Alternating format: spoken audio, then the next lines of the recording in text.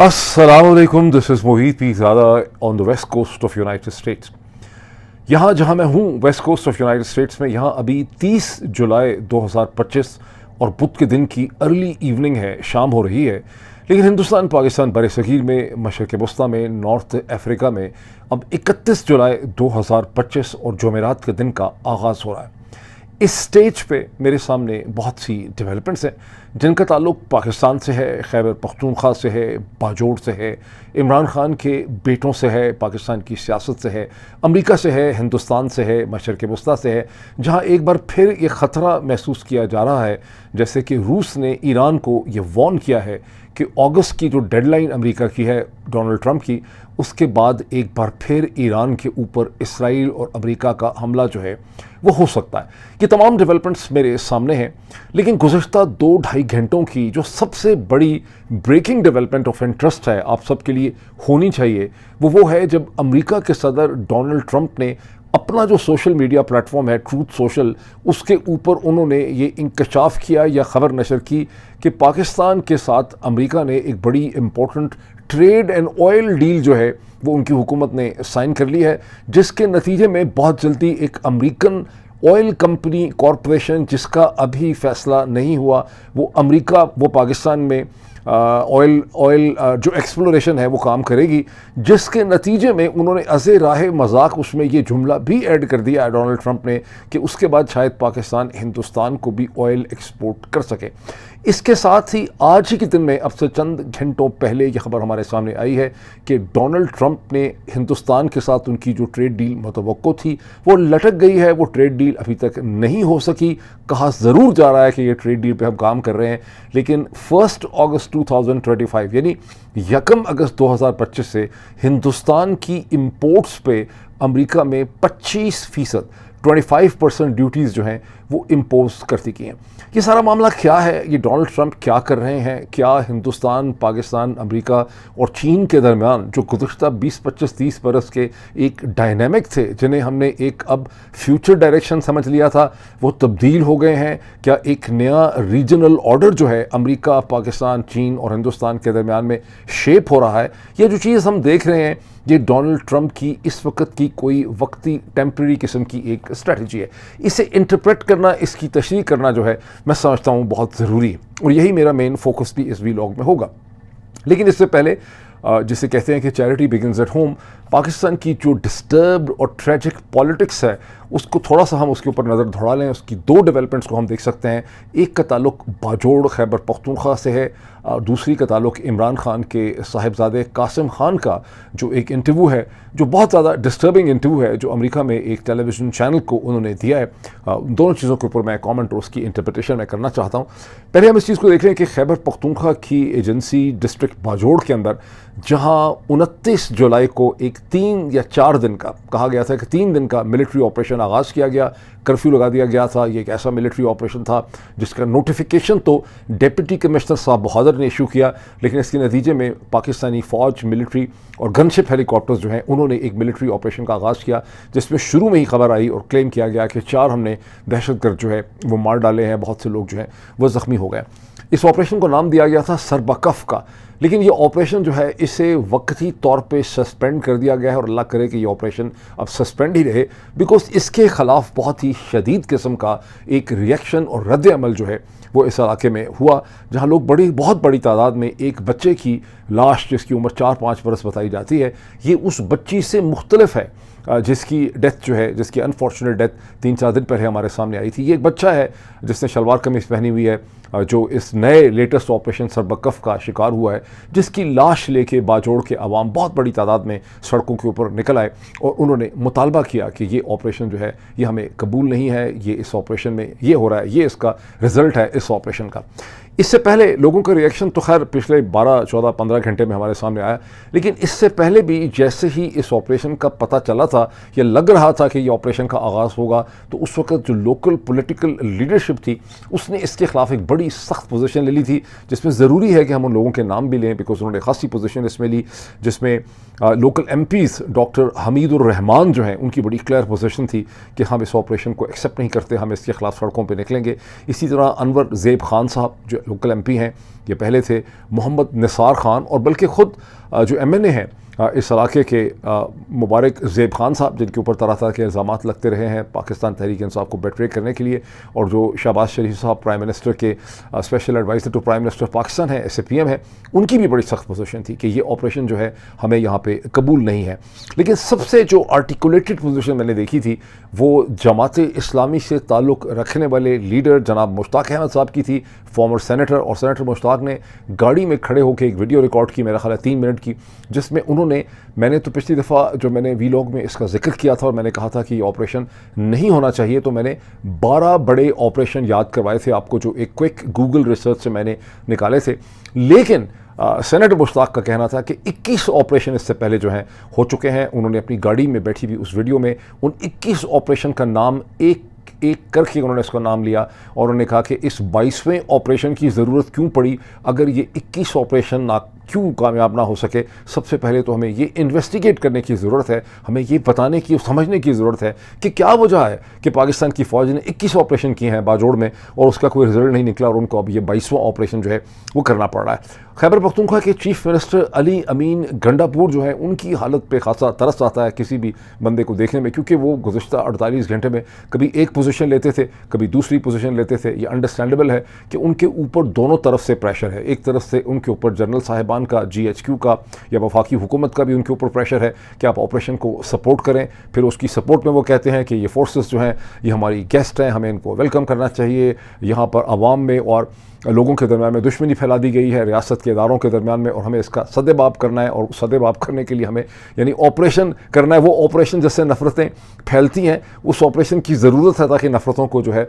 वो कम किया जा सके। और उसके बाद जब उन्होंने देखा कि लोगों का बहुत शदीद रद्द-ए-अमल था, तो फिर खैबर पख्तूनख्वा के चीफ मिनिस्टर ने एक नई लाइन, टोन एंड टेनर इख्तियार कर ली, जिसमें उन्होंने कहा कि लोग इस ऑपरेशन को नहीं चाहते। तो उनकी वो वीडियोज़ जो हैं वो आपको ट्विटर के ऊपर मिल जाती हैं, अखबारों के अंदर जहाँ इसकी स्टोरी है वहाँ पर भी आपको अली अमीन गंडापुर की वीडियो स्टेटमेंट्स मिल जाती हैं, जिसमें उनकी कन्फ्यूजन, उनके जहन की और उनके ऊपर जो प्रेशर्स हैं दोनों तरफ से, एक तरफ पिंडी का, दूसरी तरफ से आवाम का, वो आपको बड़ा खुल के, बड़ा क्लियरली नज़र आता है। अब उन्होंने ये भी कहा है कि 2 अगस्त से यहाँ पर जरगा जो है वो इकट्ठे होंगे, लोकल जरगास जो है मुनक्कद किए जाएंगे, और फिर ये सारे जरगे अपना अपना काम कर चुके होंगे, तो इन तमाम की जो तजावीज़ होंगी, जो रिकमेंडेशंस होंगी, वो एक ग्रैंड जरगे के सामने रखी जाएगी, जिसमें ये तयन किया जाएगा कि यहाँ के लोगों के, यानी अर्सवाइल फाटा KP के लोग, आवाम, सेंटर और इंस्टीट्यूशंस के दरमियान जो है वो किस किस्म का एक रिलेशनशिप जो है होगा। इस मौके पर मैं थोड़ा सा आपको याद करवाना चाहता हूँ कि आप में से जो लोग 2022 से मार्च से मेरे वीलॉग देख रहे हैं, बहुत से लोग कहते हैं कि देख रहे हैं, सपने सारे तो नहीं देखे होंगे, लेकिन मार्च 2022 से लेके अगस्त, सितंबर, अक्टूबर 2022 तक मैंने 3 पॉइंट्स जो हैं वो मैंने बार बार दोहराए थे। मैंने कहा था कि जनरल बाजवा ने जो रिजीम चेंज ऑपरेशन किया है, इसके तीन बड़े इसके अनइंटेंडेड कॉन्सिक्वेंसेस होंगे, ये इसके इफ़ेक्ट होंगे। क्यों मैंने उसकी मुखालफत की थी? एक ये था कि जो कुछ जनरल बाजवा कर रहे थे, इसके नतीजे में पाकिस्तान के लोगों और अफवाज के दरमियान में नफ़रत की दीवारें हायल हो जाएंगी। उस वक्त जब मैंने मार्च 2022 में कहना शुरू किया था, तो ये बात बिल्कुल एक अजीब-ओ-गरीब बात लगती थी, बिकॉज पाकिस्तान की अफवाज इतनी पॉपुलर थी कि लोग कभी उनके ख़िलाफ़ खुल के बात करने का सोच भी नहीं सकते थे। आज 3 बरस के बाद आप देखते हैं कि लोगों को अफवाज पाकिस्तान से कितनी शदीद नफ़रत हो गई है, और आज उनके बारे में पॉजिटिव जब कोई बात करता है तो लगता है इसको किसी ने पैसे दिए हुए हैं, या इसके किसी ने घर वाले को अगवा किया हुआ है, और या कोई बहुत ही घटिया कमीना किस्म का आदमी है। अदरवाइज़ कोई भी पाकिस्तान की फ़ौज की आज खुल के तारीफ़ कर ही नहीं सकता। यानी पाकिस्तान की फ़ौज की तो तारीफ़ करता है उसकी इंटेग्रिटी, उसकी सदाकत पे, उसकी शराफत पे, उसके जेंटलमैन होने पे, उसका एक अच्छा आदमी होने पे लोगों को शक हो जाता है। ये हालात हो चुके हैं, और इसके ज़िम्मेदार जनरल बाजवा हैं, इसके ज़िम्मेदार शरीफ ख़ानदान है, इसका ज़िम्मेदार जो है वो आसिफ अली जरदारी का ख़ानदान है। ये 3 जो है ना अनासर इसका ज़िम्मेदार है। मैं इवन जनरल आसिम को इसका ज़िम्मेदार इसलिए नहीं ठहराता कि वो इस पूरे के पूरा जो प्रोसेस ऑफ चेंज थी जो जनरल बाजवा लेकर आए थे, वो उसके बाई प्रोडक्ट हैं, वो उसका प्रोडक्ट के तौर पर निकले। जनरल बाजवा का ये जुल्म था जिसकी मैंने उस वक्त मुखालफत करने की कोशिश की थी। दूसरी चीज़ मैंने कहा था कि जो कुछ किया जा रहा है बाय अगस्त एंड सितंबर 2022 ये बात वाज़ेह हो चुकी थी कि जिस किस्म की एक इमोशनल और पॉलिटिकल मूवमेंट हमें खैबर पख्तूनख्वा में नज़र आती थी, मैंने कहा था कि अगर ये चीज़ ऐसे ही चलेगी तो केपी और पाकिस्तान के दरमियान में, Pakistan rest of the Pakistan और केपी के दरमियान में दीवारें हायल हो जाएंगी और वहाँ पर एक बड़ी नेगेटिव इमोशनल फीलिंग जो है वो डेवलप कर जाएगी, सेंस ऑफ एलिनेशन डेवलप कर जाएगी। अब वो सेंस ऑफ एलिनेशन आपको खुल्लम खुल्ला नज़र आती है। 3 बरस में आपको हालात ही बदल चुके हैं, पूरी कैफियत जो है वो बदल चुकी है। और तीसरा मैंने एक चीज़ की थी जिसको समझना बड़ा मुश्किल है। मैंने कहा था कि जनरल बाजवा के डॉक्ट्राइन के अंदर हिंदुस्तान के साथ जो दोस्ती का पूरा उनका कॉन्सेप्ट है कि हम इंडिया के साथ एक इस तरह से एडजस्टमेंट कर सकते हैं, ये फ्लॉड है। अभी एक ऐसा पॉइंट है जो अब चूँकि जनरल आसिम मुनीर ने एक मुख्तलिफ पोजीशन इख्तियार कर ली है अप्रैल 2025 से, तो बाज़ लोग ये कमेंट करते हैं कि जी आपने कहा था कि पाकिस्तान की फ़ौज जो है वो हिंदुस्तान की हेजेमनी को एक्सेप्ट कर लेगी, तो ऐसा नहीं हुआ। ये अब चूँकि ये खासा एक सोफेस्टिकेटेड पॉइंट है इंटरनेशनल रिलेशन का, जो लोग सिर्फ अखबार पढ़ के इंटरनेशनल रिलेशन को समझने की कोशिश करते हैं वो इसको ठीक तरह से समझ नहीं पा रहे। मेरा दलील और आर्गूमेंट ये थी कि जनरल बाजवा जो करना चाहते हैं एज सच मैं भी उसे सपोर्ट करता हूँ। मैं हिंदुस्तान और पाकिस्तान के दरमियान बेहतर ताल्लुकात का बहुत बड़ा हामी हूँ, आप मुझे इंडोफाइल कह सकते हैं। लेकिन जिस तरह की कोशिशें भोंडी की जाती हैं पाकिस्तान की तरफ से, कभी अमन की आशा, फिर जनरल बाजवा का डॉक्ट्राइन, ये सब के सब जो हैं वो तारीख़ के अमल की लाइल्मी और नासमझी के ऊपर मबनी है और अल्टीमेटली इसने फेल ही होना था और ये फेल हो गया है। इसका मतलब ये नहीं है कि हिंदुस्तान पाकिस्तान के दरमियान में बेहतर ताल्लुकात नहीं हो सकते, लेकिन जो अप्रोचेस इख्तियार की गई हैं वो कभी भी कामयाब नहीं हो सकती थी। हमें एक डिफरेंट किस्म की अप्रोच चाहिए जिसका तज़किरा, ज़िक्र और डिस्कशन हम इस वीडियो प्लेटफॉर्म के ऊपर जो है वो करते रहेंगे। अभी मूविंग फॉरवर्ड इसी तरह से अब मैं ये जो सारी तमहीद है उसमें असल में मैं कहना ये चाहता हूँ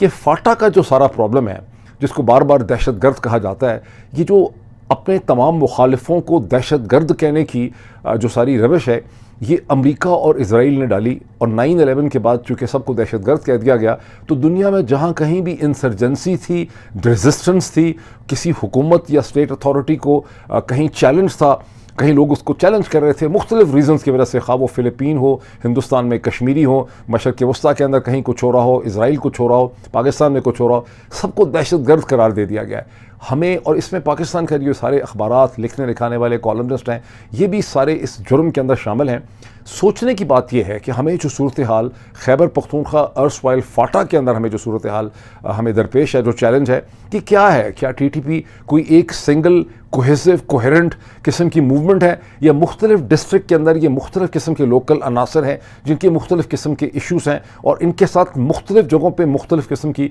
नेगोशिएशन जो हैं वो हो सकती हैं। ये पंजाब के अंदर, इस्लामाबाद में, लाहौर में, कराची में बैठे हुए एकेडमिक्स को, साहिब इल्म व दानिश को, वकला को इसके ऊपर गौर करने की ज़रूरत है कि असल में यहाँ मसला है क्या। ये जो बार बार टर्म इस्तेमाल की जाती है, कभी इनको फितना अल खवारिज, कभी इसको फितना उल हिंदुस्तान, कभी कुछ कभी दहशतगर्द, ये इसका हरगिज़ भी हल नहीं है। ये मैं आपको जनरल बाजवा के डॉक्ट्राइन की तरफ में जो इशारा मैं कर रहा हूँ, बिकॉज आज 3 साल के बाद मैं ये कह सकता हूँ कि जनरल बाजवा का डॉक्ट्राइन जो था, अगर उस वक्त जब मैं कहता था कि वो तमाम सुपरफिशल था, बेवकूफ़ी पे मबनी था, तो आज आप समझ सकते हैं कि वो बेवकूफ़ी पे मबनी था। इसी तरह से ये खैबर पख्तूनख्वा के अंदर ये जो टर्म इस्तेमाल की जाती है TTP के लिए कि ये दहशतगर्द हैं, ये दहशतगर्द की टर्म ही जो है यही प्रॉब्लम की जड़ है सारी की सारी। हमें इस पॉलिटिकल इशू को इसकी पॉलिटिकल डायनामिक्स के अंदर अंडरस्टैंड करने की ज़रूरत है कि असल में इशू है क्या, ये लोग क्या चाहते हैं और इनके साथ किस तरह से कोई नेगोशिएशन हो सकती है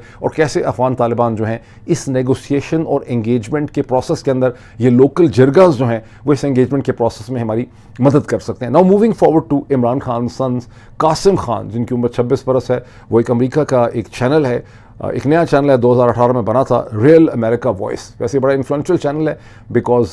स्टीव बैनन जो अपना प्रोग्राम करते हैं, मेरे ख्याल वॉर रूम, वो भी शायद इसी चैनल के ऊपर होता है। यहाँ पर वो अपीयर हुए, 2 लोगों का ये एक छोटा सा एंकर्स का पैनल था जिसमें उन्होंने ऐसी बातें की जो खासी दिल हिला देने वाली थी, जिसमें कासिम ने कहा कि उनके वालिद की जो सूरत हाल है वो खासी क्रिटिकल है, वो बहुत बुरी सूरत हाल में है। उनको नहाने तक का पानी जानबूझ के अजियत के तौर पे उनको गंदा पानी दिया जाता है, मडी वाटर दिया जाता है। और उन्होंने इसको डिफ्रेंशिएट करने के लिए कहा कि मैं ये नहीं कह रहा कि उनको कोई साफ़ पानी नहीं मिल रहा या फिल्टर्ड पानी नहीं मिल रहा, उनको जानबूझ के गदला मडी वाटर दिया जाता है उनको जहनी अजियत में रखने के लिए। अडयाला जेल में गुज़िश्ता चंद माह में 10 लोग जो हैं वो हेपेटाइटिस सी से जाम बहक वहाँ पे हो चुके हैं, उनकी फौतगी हो चुकी है। उन्होंने कहा इस किस्म के ख़तरात हैं। फिर उनसे सवाल पूछा कि अब आप क्या एक्सपेक्ट करते हैं। ही वॉज़ वेरी सोबर, उन्होंने ही made it very obvious. Qasim ने बरमला ये कहा कि मैं कोई सियासतदान नहीं हूँ, मेरा पाकिस्तान की सियासत से कोई ताल्लुक़ नहीं है, मुझे पाकिस्तान से कुछ नहीं चाहिए, मैं एक बेटे की हैसियत से अपने बाप की कंडीशन और उसकी सूरत हाल की तरफ मैं इशारा कर रहा हूँ, मैं इस इशू को रेस करना चाहता हूँ। और अमेरिका से हमें तवक्को है। उनकी जो सारे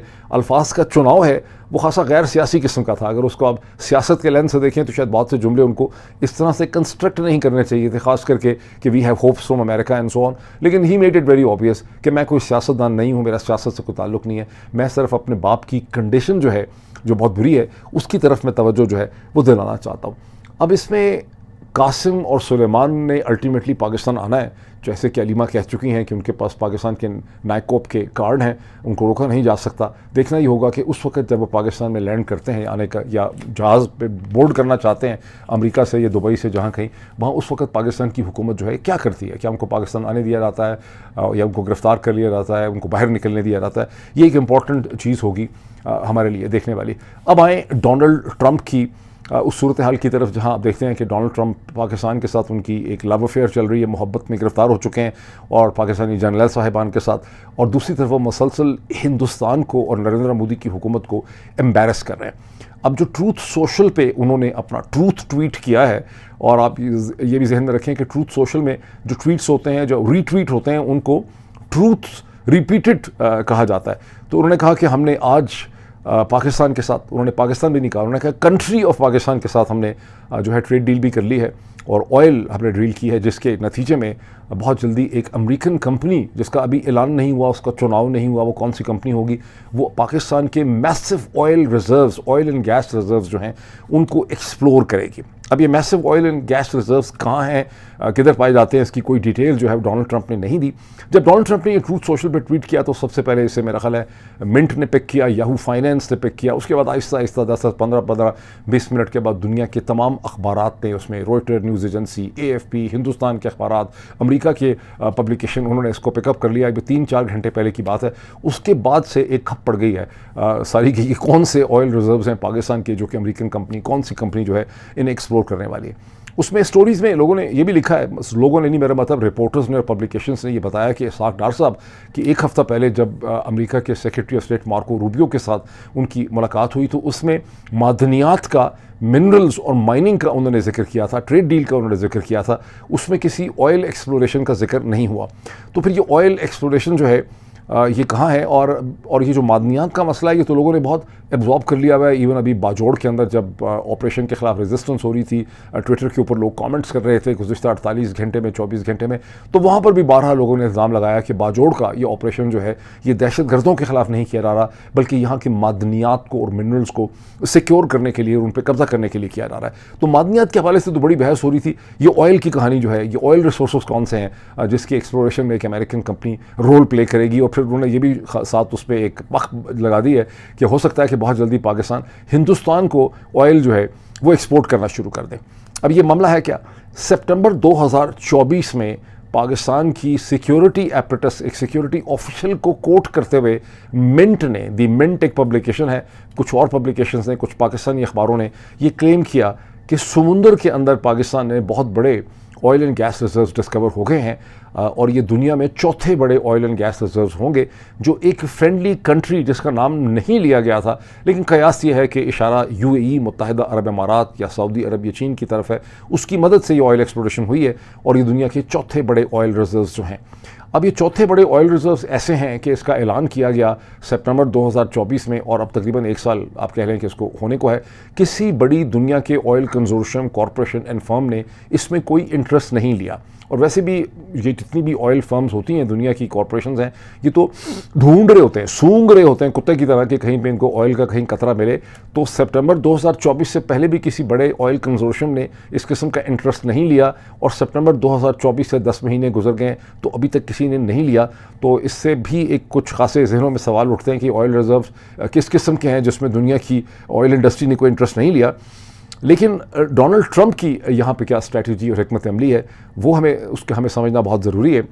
आपको याद होगा कि मेरा ख्याल है फरवरी का महीना है जहाँ डोनाल्ड ट्रंप ने शरीफुल्लाह का दावा कर दिया था कि पाकिस्तान का हम बहुत शुक्रगुजार हैं क्योंकि पाकिस्तान ने एमिगेट का जो मास्टरमाइंड है शरीफुल्लाह, उसको अमेरिका के हवाले कर दिया है। वो बहुत जल्दी यहाँ पे पहुँचने वाला है। और हमारी अंडरस्टैंडिंग ये है कि सेंटकॉम के जो आउटगोइंग चीफ़ हैं जनरल माइकल कुरेला,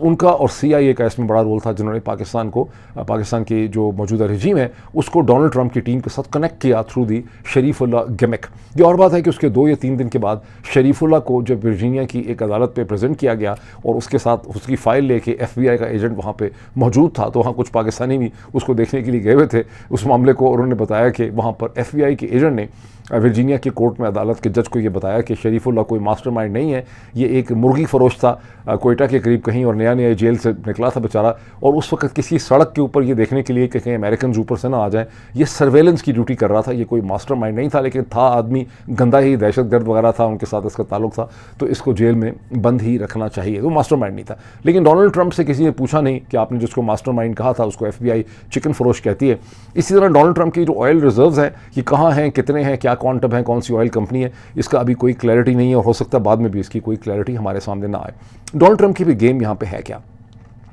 और ये जो डोनाल्ड ट्रंप ने 25% हिंदुस्तान को ड्यूटीज़ ठोकी हैं वो क्या है। जो चीज़ हमें समझ आ रही है, और दिस इज सब्जेक्ट टू कि आने वाले दिनों में मज़ीद हमें इसकी क्लैरिफिकेशन मिलेगी, जो चीज़ हमें समझ आ रही है कि डोनाल्ड ट्रंप जो हैं उनका जो ट्रेड में उनको जो मसाइल दरपेश हैं इस वक्त दुनिया से डील करने में, वो 3 जगहों में उनको बहुत मसाइल पेश आ रहे हैं स्ट्रेटेजिक लेवल पे। एक, उनको उस रूस से जैसे उनको बहुत उम्मीद थी कि उनके वाइट हाउस में प्रेसिडेंट बनने से पहले यूक्रेन की जंग पुतिन बंद कर देगा, वो जंग बंद नहीं हुई। डोनाल्ड ट्रंप की मसलसल ह्यूमिलिएशन है, पहले उन्होंने कुछ हफ्ते दिए थे, फिर कुछ दिन चेंज हुए, फिर 10-12 दिन रह गए हैं कि अगर 10-12 दिनों में भी पुतिन ने यूक्रेन की जंग बंद ना की तो 100% सैंक्शंस जो हैं वो रशिया पे लगा दी जाएंगी। दूसरा, उन्हें उम्मीद थी कि जब उन्होंने 145% ड्यूटीज़ चीन के ऊपर लगाई हैं तो चीन सकम कर जाएगा और चीन उनको को बहुत बेहतर डील ऑफर कर देगा, जिसमें चीन एक्सेप्ट कर लेगा कि 30, 40, 50% ड्यूटीज़ जो हैं वो चाइनीज़ गुड्स पे लग सकती हैं, या चाइना अपनी मार्केट जो है, जो कंज्यूमर मार्केट है, उसको अमेरिका के लिए खोलेगा और अपनी एक्सपोर्ट्स में कमी करेगा। उसमें से कोई भी चीज़ अभी तक डोनाल्ड ट्रंप को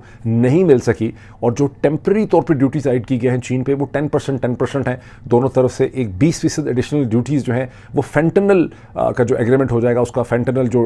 ड्रग है उससे रिलेटेड है, लेकिन चाइनीज़ उन 10% को भी मानने के लिए तैयार नहीं है। तो ये दूसरा एरिया ऑफ रेजिस्टेंस है जहां डोनाल्ड ट्रंप शदीद फ्रस्ट्रेशन का शिकार हैं। और मैंने पिछले व्लॉग में आपको बताया था कि स्वीडन के शहर स्टॉकहोम के दरमियान में अमेरिका की और चीन की जो नेगोशिएशंस हुई हैं वो तकरीबन एक तातुल का शिकार हुई हैं, जिसमें गालिबन जो टेम्प्रेरी अरेंजमेंट है उसे मज़ीद 90 दिन के लिए इम्पोज किया जाएगा। और साथ ही अमेरिका के अखबारात में ये बात भी छप रही है कि चाइनीज़ सुपर कॉन्फिडेंट हैं, उन्हें लगता है कि उनका अपर हैंड है, और ख़तरा यही है कि डोनाल्ड ट्रंप को अल्टीमेटली चाइनीज़ के सामने सरेंडर करना पड़ेगा। वो जो टाको का नाम है ना, डोनाल्ड टाको, के ट्रंप ऑलवेज चिकन्स आउट, वो चीज़ चीन के हवाले से भी हो जाएगी। तीसरा बड़ा एरिया ऑफ रेजिस्टेंस जो इस वक्त डोनाल्ड ट्रंप को है वो हिंदुस्तान है, जहां दोनों तरफ ये बहुत ज़्यादा एक नैरेटिव था कि मल्टी डायमेंशनल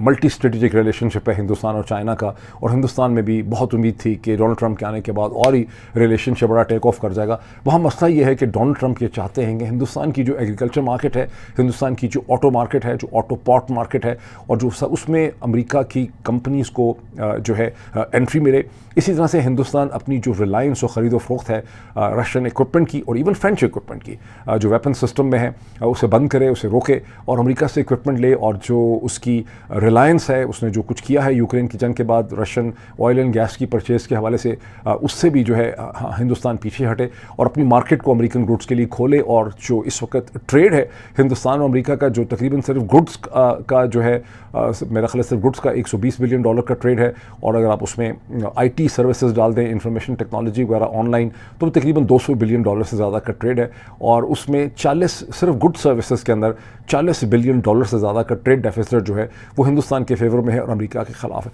तो डोनाल्ड ट्रंप उसको ठीक करना चाहते हैं, वो चीज़ें ठीक हो नहीं पा रही हैं, और डोनाल्ड ट्रंप उस हवाले से बड़े फ्रस्ट्रेटेड हैं और वो हिंदुस्तान पे अपने प्रेशर में इजाफा करना चाहते हैं। लेटेस्ट उन्होंने इसमें एक चीज़ ऐड कर दी है कि उन्होंने कहा है कि हिंदुस्तान को इसलिए भी हमने पैनलाइज करना है कि हिंदुस्तान ब्रिक्स का मेंबर है। और उन्होंने वहाँ अखबारी रिपोर्टर्स के साथ बात करते हुए कहा कि can you believe this thing कि ये ब्रिक्स जो है ये एक एंटी अमेरिकन अलायंस है। हिंदुस्तान, कैन यू बिलीव कि हिंदुस्तान इस ब्रिक्स का हिस्सा है और ये ब्रिक्स के सारे मेंबर जो हैं ये अमेरिका के डॉलर के ख़िलाफ़, US डॉलर के ख़िलाफ़ काम कर रहे हैं, हमें डॉलर को नुकसान पहुँचाना चाहते हैं and we not going to allow that is not possible. तो ये वो इश्यूज़ हैं जो इस वक्त हिंदुस्तान और अमेरिका के दरमियान में, डोनाल्ड ट्रंप के दरमियान में और हिंदुस्तान के दरमियान में खड़े हुए हैं।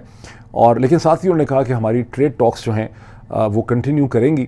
और ये चलती रहेंगी। और इस पे अगर आप पाकिस्तानी पॉइंट ऑफ व्यू से देखें तो जहन में रखें कि ये अल्टीमेटली बहुत जल्द, चंद हफ्तों के अंदर, दिनों में नहीं, हफ्तों में नहीं, तो डोनाल्ड ट्रंप और हिंदुस्तान के दरमियान में एक ट्रेड डील हो जाएगी। और जब वो ट्रेड डील हो जाएगी तो फिर ये ऊँट किस करवट बैठता है और फिर उसके बाद डोनाल्ड ट्रंप क्या लबो लहजा इख्तियार करते हैं हिंदुस्तान के हवाले से, पाकिस्तान के हवाले से, that remains to be seen. किसी ने मुझे कहा कि ये वो वाली स्ट्रेटजी है डोनाल्ड ट्रंप की, जैसे स्कूल में आपको जिस प्यारी लड़की से मोहब्बत होती है, जिससे आप शादी करना चाहते हैं कॉलेज के अंदर, वो आपको जब लिफ्ट नहीं कराती तो आप उसकी जो घटिया शक्ल की लड़की होती है या भद्दी किस्म की कोई होती है जो उसकी राइवल होती है, उसके साथ आप एक अफेयर चलाना शुरू कर देते हैं दूसरी वाली लड़की को जेलस करने के लिए। तो डोनाल्ड ट्रंप की ये सारी की सारी स्ट्रेटजी है इंडिया पाकिस्तान के दरमियान में, ये इसी कैटेगरी के अंदर फॉल करती है अकॉर्डिंग टू मैनी लोग जो इसको गौर से देखते हैं।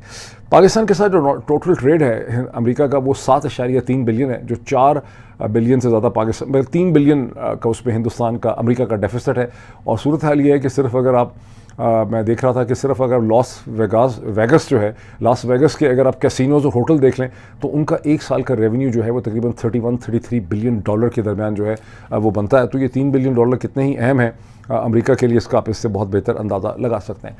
सवाल ज़हनों में पैदा होता है कि क्या जो ट्रेडिशनल रीजनल डायनामिक्स थे जो 1990 की दिहाई से इस्टेब्लिश हुए हैं, जिसमें हिंदुस्तान और अमेरिका के दरमियान एक मल्टी डायमेंशनल स्ट्रेटेजिक रिलेशनशिप की बहुत बात की गई, हाई डेट, न्यूक्लियर कॉर्पोरेशन, ब्ला ब्ला ब्ला, क्या वो सब ख़त्म हो गया है? क्या हम एक नए इरा की तरफ जा रहे हैं जहां पाकिस्तान और अमेरिका और हिंदुस्तान और पाकिस्तान और चाइना के दरमियान में एक नया रिलेशनशिप डिफ़ाइन होगा खित्ते के अंदर? ये ज़ाहिर है कि एक इंटरेस्टिंग क्वेश्चन है और इस पर ज्यूरी इज़ आउट, इसका फ़ैसला अगले चंद हफ्तों या महीनों में होगा। लेकिन अगर मुझसे कोई पूछे कि मेरी सेंस क्या है एज अ कीन स्टूडेंट ऑफ इंटरनेशनल रिलेशन, तो मेरा ख्याल ये है कि हिंदुस्तान और अमेरिका के दरमियान में इस किस्म की मल्टीपल ज़रूरियात हैं,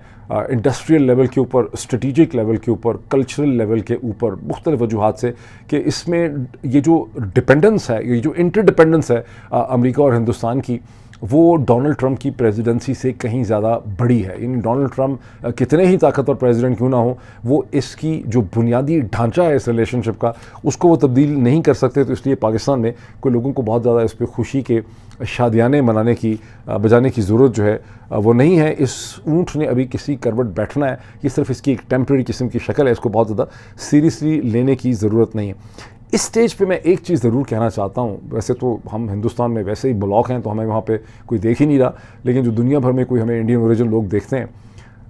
अब तक लोगों को ये बात समझ आ जानी चाहिए कि गुज़श्ता 30 बरस में